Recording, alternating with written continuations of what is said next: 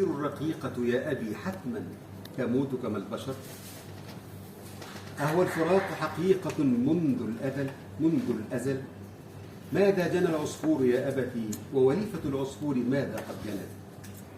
انظر أبي، هي ذي تعاني سكرة الموت الأليم فأغمضت عين الحياة على عجل. هي لم تطق طعم الفراق لأنفها فتدثرت بالموت تخفي حالها. انظر أبي، أهي العصافير الرقيقة يا أبي حتما تموت كما البشر؟ أهو الفراق حقيقة منذ الأزل؟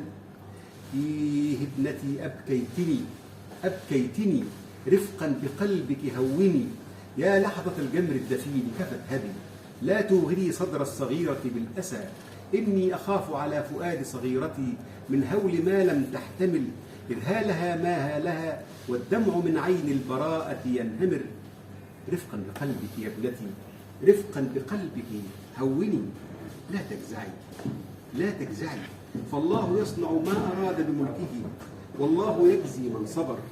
فلتسمعي لي يا ابنتي، سأزف بشرى فاسمعي، سترينه وترينها إن شاء ربي فاسعدي.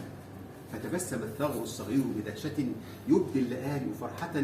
أتقول حقا يا أبي أراهما إن شاء ربي يا ابنتي. سترينه وترينها في جنة الفردوس عند مليكنا.